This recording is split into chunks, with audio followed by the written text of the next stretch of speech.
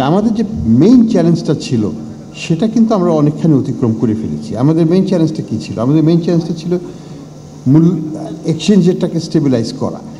কারণ যতদিন পর্যন্ত এক্সচেঞ্জ রেটটাকে আমরা স্টেবিলাইজ করতে না পারতাম, আমাদের কিন্তু মূল্যস্ফীতির এগেনস্টে যে যুদ্ধ সেটা কিন্তু আমরা জিততে পারতাম না। কারণ বিদেশের জিনিসের দাম বাড়তো এবং সেটা প্রভাব আমাদের ডোমেস্টিক ইকোনমিতে মূল্যকে বাড়িয়ে দিত।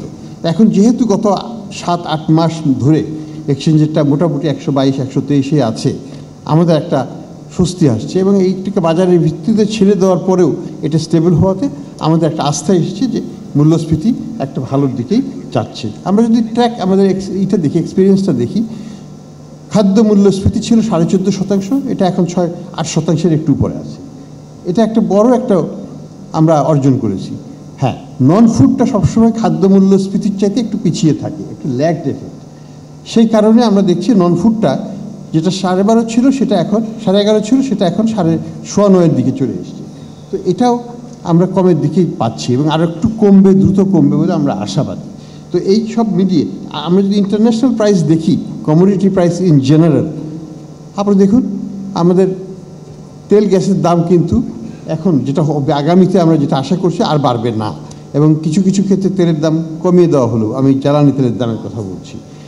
ফলে সেটার একটা পজিটিভ ইম্প্যাক্ট পড়বে। বিশ্ববাজারে জ্বালানি তেলের দাম আরও বেশি কমেছে, আমাদের খাদ্যপণ্যের দাম বিশ্ববাজারে কমছে, সেটার একটা প্রভাব আমাদের এখানে পড়বে। তো সব মিলিয়ে আমরা আশাবাদী যে আমাদের এখন ইম্পোর্ট করার ক্যাপাসিটি অনেক বেশি এবং ইম্পোর্ট কিন্তু বেড়ে গেছে। র মেটেরিয়াল ইম্পোর্টও বেড়েছে, খাদ্য আমদানি বেড়েছে।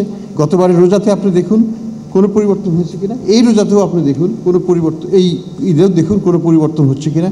মূল্যস্ফীতি নিয়ে কিন্তু আমরা সেরকম আপনাদের গণমাধ্যমে সেরকম বড় কিছু দেখছি না। সব মিলিয়ে আমরা আশাবাদী যে আমাদের অর্থনীতির যে একটা চালিকা শক্তি, ফরেন এক্সচেঞ্জের অ্যাভেলেবিলিটি, সেটা ঠিক থাকবে এবং আমাদের মনিটারি পলিসিটাকে আমরা টাইট করে রাখছি।